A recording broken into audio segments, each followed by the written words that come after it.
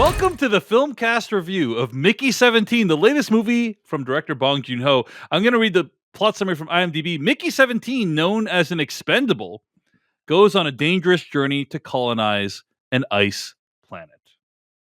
We're all huge fans of Bong Joon-ho here on the Filmcast. Let's start with Devindra Hardwar. What did you think about this movie, Mickey 17?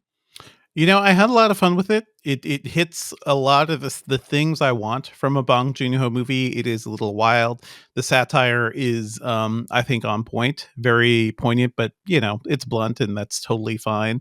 And has a really, really interesting lead. I do think maybe this movie could have been tightened up a little bit. I feel like it meanders a bit. There's stuff of the world building that I think is really cool. I would have loved to learn more about what happened with Robert Pattinson's character backstory, what's going on Earth, maybe a few other things. But as a ride and as a really funny piece of satirical science fiction, I think it's pretty well done. I like this film. There's a lot of it's like if you take Snowpiercer and Parasite and even a bit of Okja and like put it all together, this is what you get, starring Robert Pattinson. I love that he keeps throwing himself into super weird projects too, like he is giving his all in this movie. I had a lot of fun with it. I just wish it were maybe a little tighter and maybe went a little deeper, because the world that they present here is really good. This is ultimately a story about labor. It's a story about how our work essentially is being used by the rich and by the elites. And I think like it is telling some really, really interesting. It's doing some really interesting work here, even if it's a little like heavy fisted in how it's doing it. Yeah, I do want to point out that this movie is kind of Bong Joon-ho's blank check movie. He Yes. won Best Picture for Parasite, and typically directors get to do whatever they want after that. It costs about $120 million.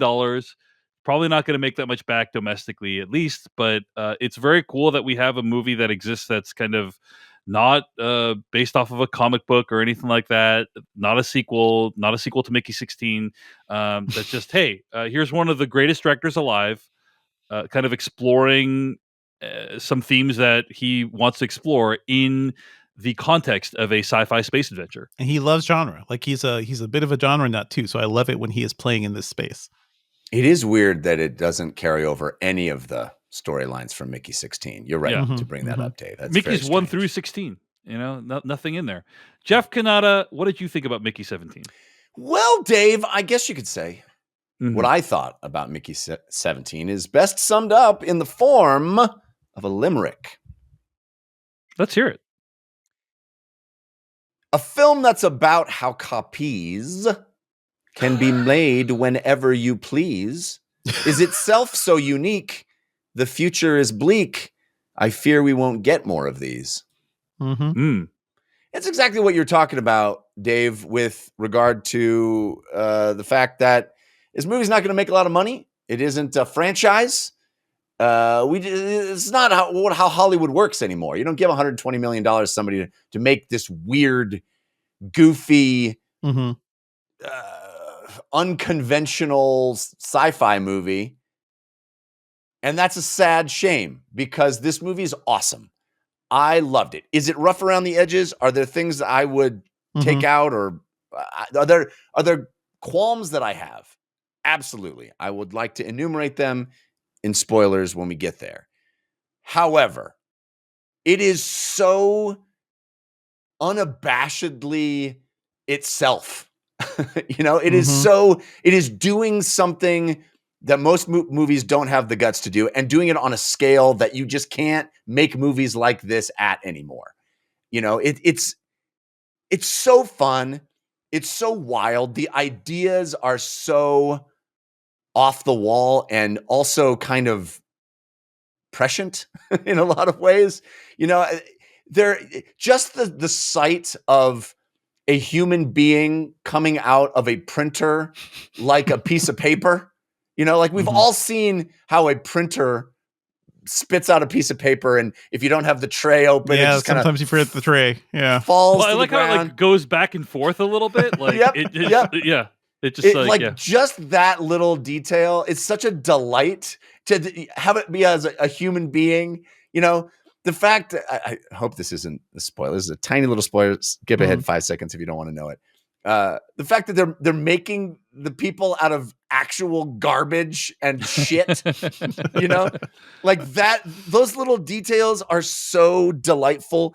The performances are bonkers. I mean, what Ruffalo. Mark Ruffalo is doing in this movie is like he's doing a little Trump thing. He's basically like doing Alec Baldwin doing Trump, and Toni Collette, and it's like the it's just not compromising. This movie is so fun, makes me think. I'm having such a great time imagining all the possibilities of what this world, what the rules of this world mean. I do think the third act gets off the rails a bit. And it's a bummer because the first two acts are so tight and so fun and bring up all these wonderful mysteries. And then it just ukjas. It just ukjas hard. And I did not enjoy Ukja. I did not like that movie. It's a bummer that this movie goes there so wholeheartedly. We can get into it in spoilers, but it did not mar what I think is one of my favorite experiences of the year so far.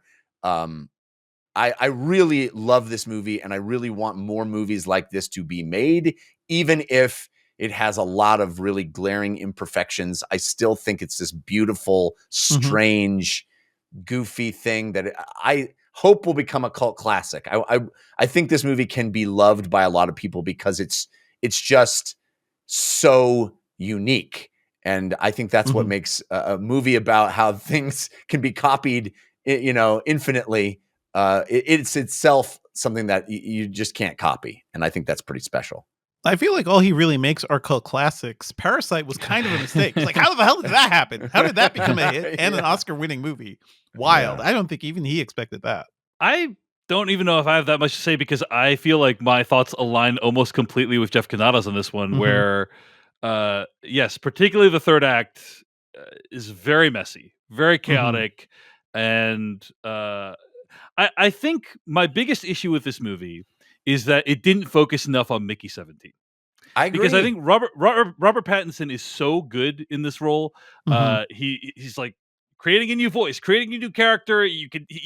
There's one between Robert Pattinson and this character, and I'm so invested in this character's journey, and I find him so relatable and sympathetic. And then the movie just has other things it wants to do. It's like that doesn't really care about Mickey 17 by the end. It's just like, hey, we want to be a satire about what it's like when a charismatic strongman seduces the masses. And it's like, okay, like I don't really care about that. Like I'm already living it. I don't need to see it in a movie necessarily.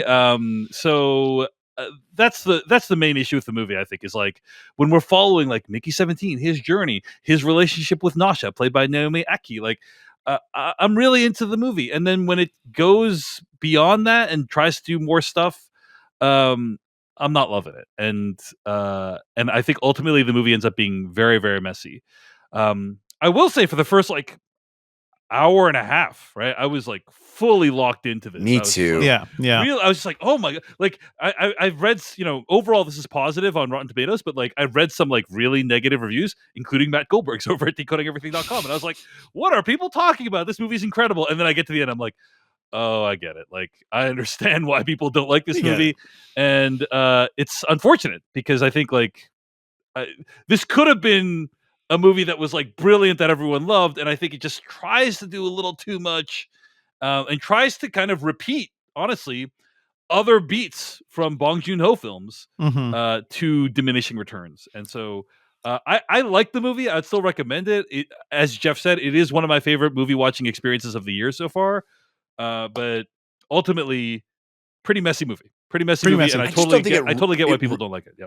I just don't think it ruins it for me.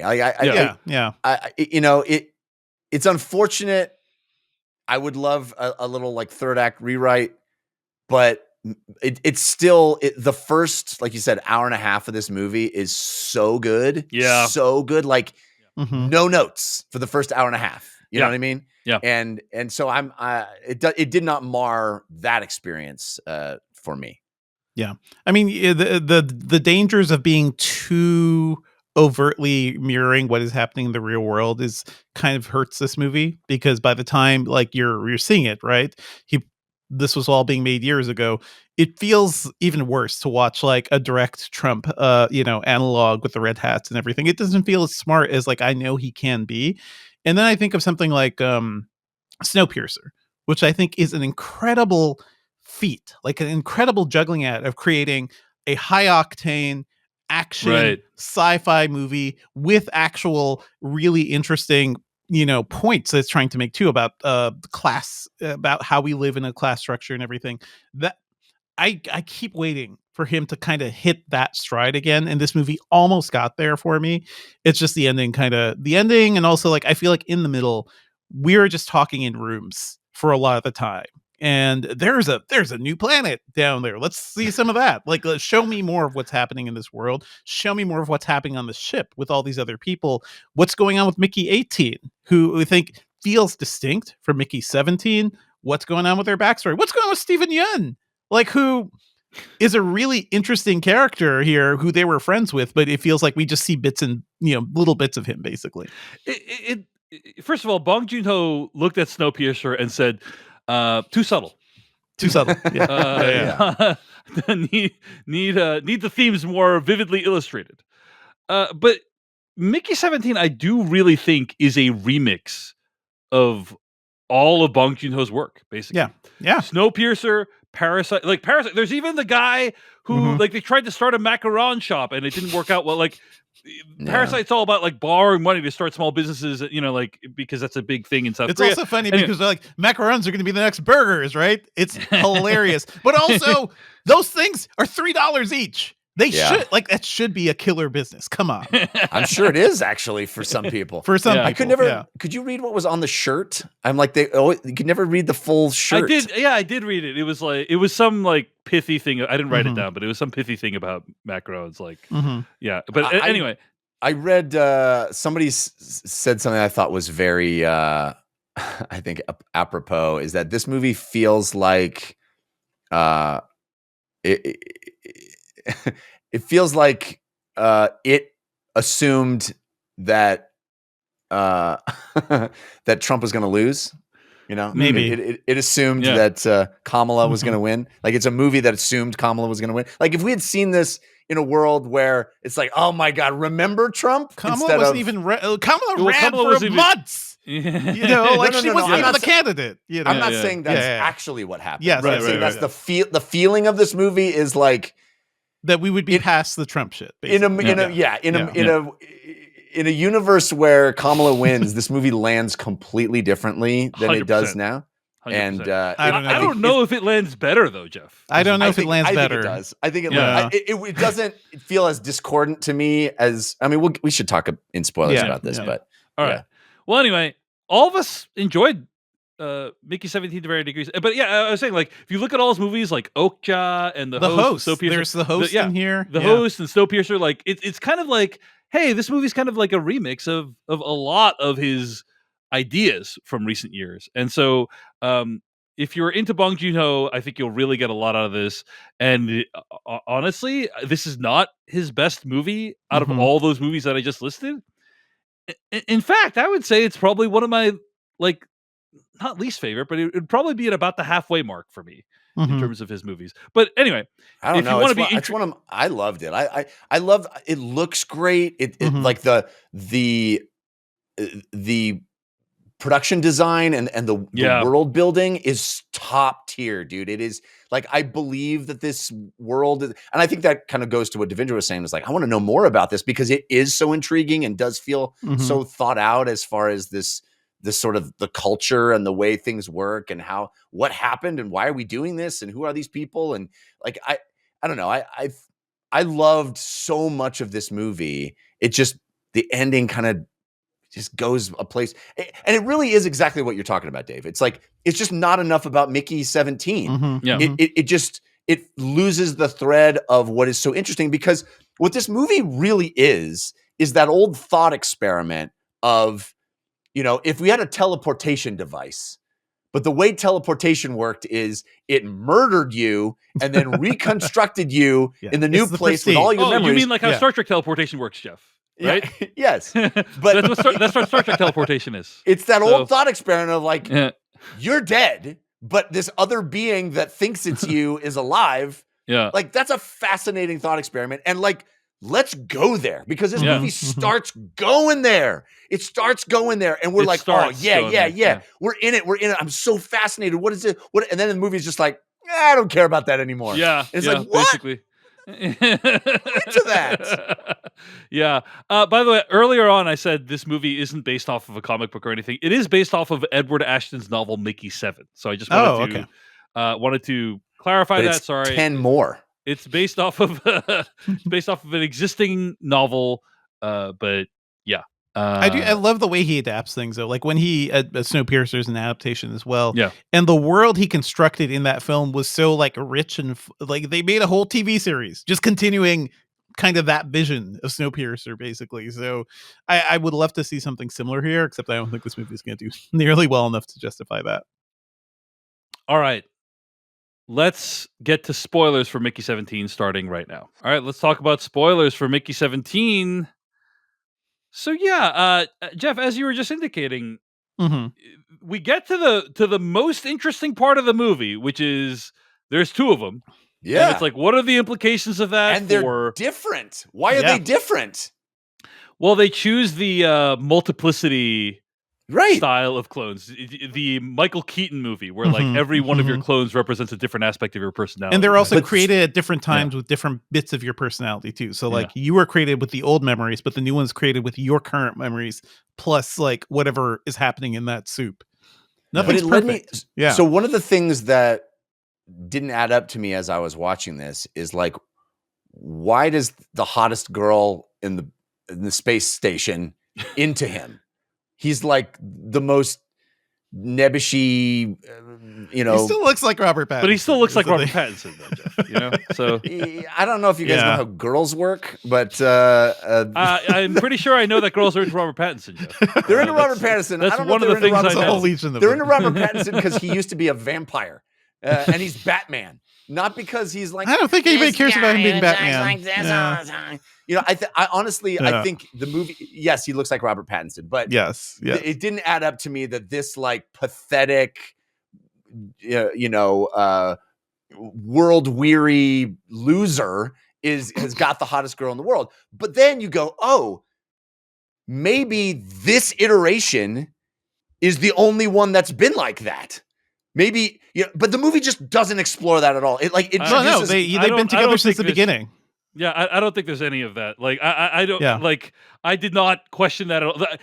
I think in my understanding of the film, they are supposed to be of comparable attractiveness. That's kind of my and in general, movies often have people of comparable attractiveness get together. That's just how movies are in general. It is. He is nebbish. He's a little weird, like going in. But I also took it as like these are two people looking at this like spectacle of like whatever the hell is going on with Ruffalo's character, and they look at each other and like, look at this shit, and they have like they're like-minded. Every other person on that ship treats Mickey 17 as a loser. Yes, complete loser. He's disposable. And she doesn't, and that's that is incongruous to me as a viewer.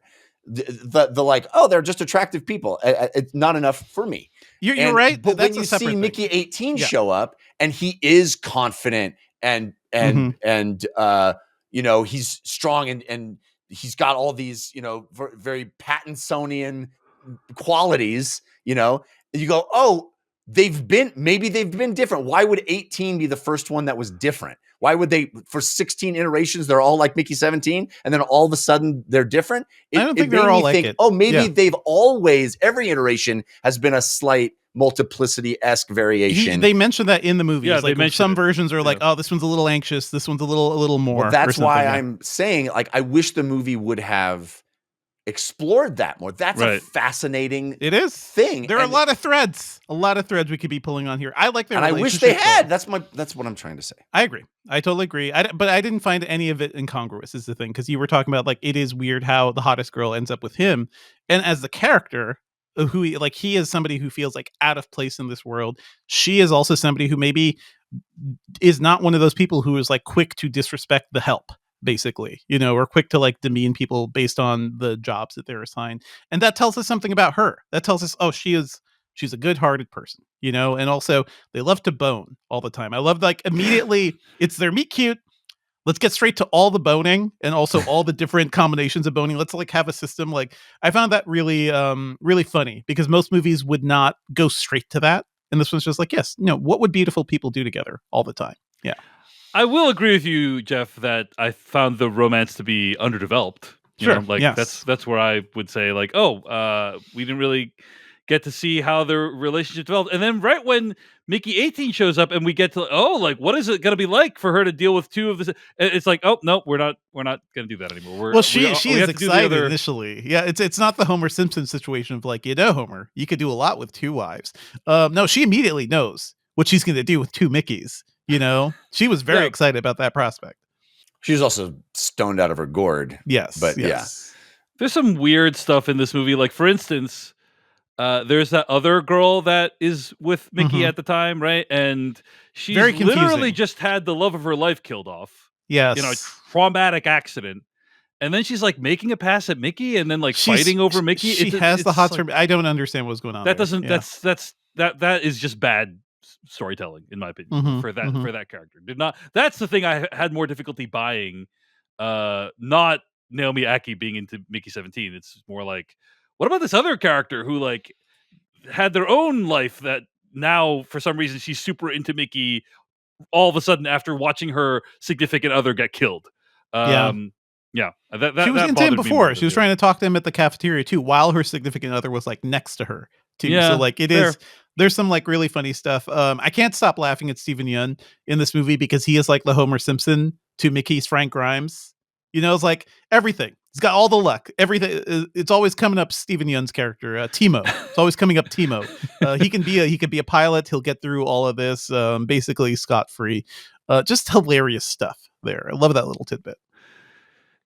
Yeah, one of my favorite sequences from the movie is when they confront each other in the cages, Mhm. and Steven Yeun is like, "Hey, guess what? The loan shark followed me onto the spaceship."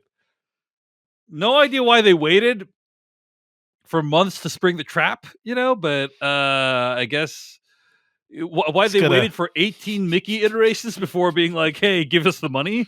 But hey, whatever. Gotta wait till they land. Gotta wait till make sure everything's stable so that they can, send something back. Yeah.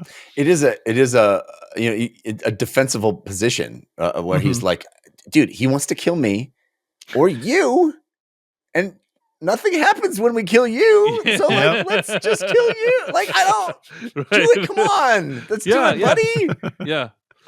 That was a poignant moment in like, I don't know how logistically it would work to do two Mickey's. Like, I'm bummed we didn't get to see Mickey 17's plan in action because Mickey 17 says, look, like, I'll eat while you're working, you eat while I'm working or something. And then we alternate weeks. And then and then you take I'll take my memories every other week and then blah, blah. And I'm like, how would that even work? How would it work? How does the upload work and all this stuff? And, but I'm like, if you can pull it off, that's awesome.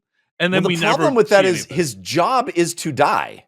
So like switching off doesn't make any sense because what are we doing here? You're just going to get it's the whole point is that you're going to get reprinted. You would die every other time though is the thing, right? Like, so like, but once you die once, you're done. You're out. No, but that was what he was proposing was like, I'm Mickey 17. It's my turn to die. Okay, now the next person that dies is you, and then then theoretically like we're like off cycles. But like I'm saying logistically that would have been hard to work out with like the memory transfer and stuff. But I'm curious to see how they would have done that.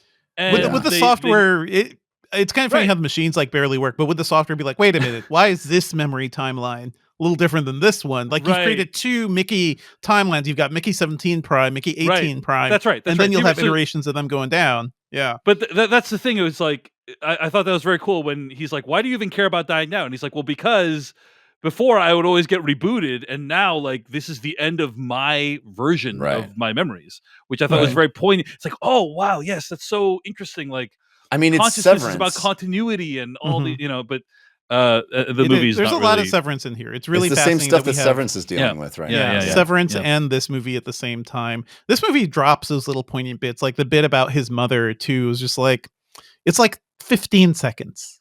You know, it's like, yeah, I took a ride with my mother. I said I could sit in the front seat. I hit the red button. Why does his mother have a NOS button from Fast and Furious? I don't know why she has that in the front seat, but you hit the red button. She's both fast and furious, I Yeah, think. she lived her life Yeah. a quarter mile at a time, and it did not work out for her.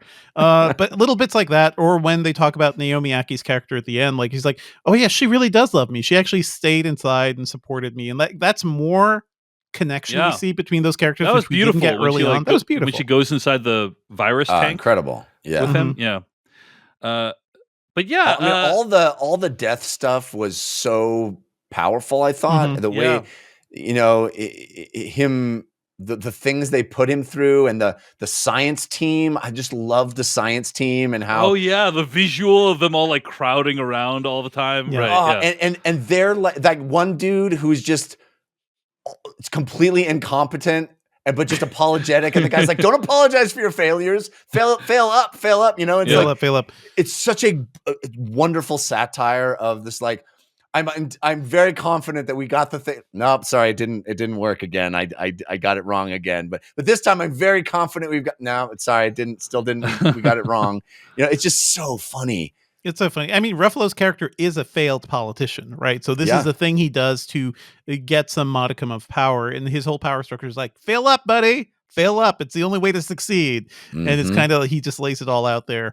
I love in the medical team too. Like there are different people. There's the one girl who kind of like tries to take care of him. Like she has a bit of empathy towards this replicant human, and I found that really really nice too. Like it's kind of it's kind of how people treat each other now. It's kind of how like some people will be really shitty to service workers or to a janitor at their office building or something, and like that a lot of that is in here. I would have loved to see what does Mickey get out of signing up to die over and over again? Like, is this just like his ticket to the ship? I guess that's all he Yeah. gets. Yeah. That's it. And he didn't read the job Terms of description for service. But why Expendable. would anybody sign up for it? What Well, do that's you? what What everybody do you says. Is get? like, are you sure you Yeah. want to do this? He's looking. Oh, well, He's yeah, lo- well, yeah. no one has prior to now. I think right. Yeah. Like he's the Yeah. only one that has signed up for it. So It is kind of funny. He was like, yes, and then they come down and see him specifically. I'm just like wondering, this is a thing that could be potentially sold. It's just I wonder what do you get out of it other than the trip off of Earth. Yeah. We get that like little side story about the serial killer who made Yep. multiple versions of himself just to Right. have an alibi, which is so cool. But it's like that's just the tip of the iceberg of what this technology would do to the world. And I'm less interested in the cuddly space animals than I am about what this replicating technology's ramifications are. Mhm. And it's just such a bummer that we get sidetracked onto the cuddly, environmental message. Yeah. And everything wrapping up and being so pat at the end, and everything having It's this a happy ending. He never does happy endings. It's didn't kind of like it. wild that we get one in this movie. But I will say this, like, it is kind of funny. Like, they just like, so the guy, they made a serial killer, took advantage of the replicant. Obviously, worst case scenario, we just decided to make this thing illegal on Earth. And I do love, like, a normal movie, that would be the entire movie. Right, that would be like Minority Report. Here's this new technology. What's the trouble with the new technology? Let's see the new tech. Like it would be a prolonged version of that. And this movie is just like, no, obviously this is a bad idea. This is a terrible idea. This is immediately why. And like we just move on from that. So I see what you're saying, Jeff. But I also love how like the movie can just like wrap that up by presenting this one scenario too. It's just like, yeah, how can this technology be abused in very obvious ways? Very obvious ways. Yeah. But I think that there is a really interesting philosophical Yes. discussion to be had, because Mickey dying over and over does. I mean, he says at one point, "I'm the reason we came up with this you know, we beat this virus that was in the air, right? You know, he's been a crash test dummy. He's been all these things. Obviously, it's horrible and inhuman, but there's an upside, right? And I you know, the movie just kind of throws these things out and doesn't investigate or interrogate any of them. And that to me is a missed opportunity. And the fact that we then just sort of veer hard right into this environmental message, and you know, we invent that we have a universal translator for this growling thing that we heard 4 times. It's like, what? Really? You're going to ask me to swallow that now? And I don't know. All of that just felt so abrupt and clunky and unfortunate. I think the satirical sensibility this movie has is not subtle, right? And it's very obvious what is happening at the end, and yet I still found it pretty chilling on occasion. So there's this moment when Toni Collette just like takes the tail of the thing and chops it up and then like puts it for her. Is it dips or sauces? Sauces. She loves to make sauces. She's like, I don't want to make sauces. And there's something about, yes, okay, I get that she's so over the top, ridiculous, so evil, right? But like, there is something about, right, that there's these people who like, oh, hey, we don't give a shit about nature or creatures, and we're just gonna make sauces out of everything.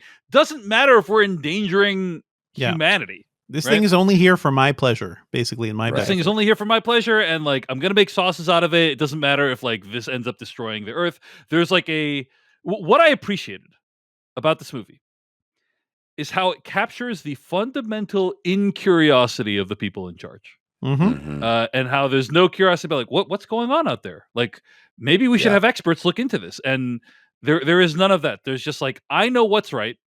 Everyone should listen to me. And whatever I feel at this moment is the right answer. And that is something that does resonate, you know, and is true. And it's a poignant moment when they like let this thing dangle, the future of humanity dangle off above the lava, and this black woman's teeth are holding it from dropping and saving, you know, humanity from dying in this situation. And so except that was a bluff. What do you mean? That humanity would die?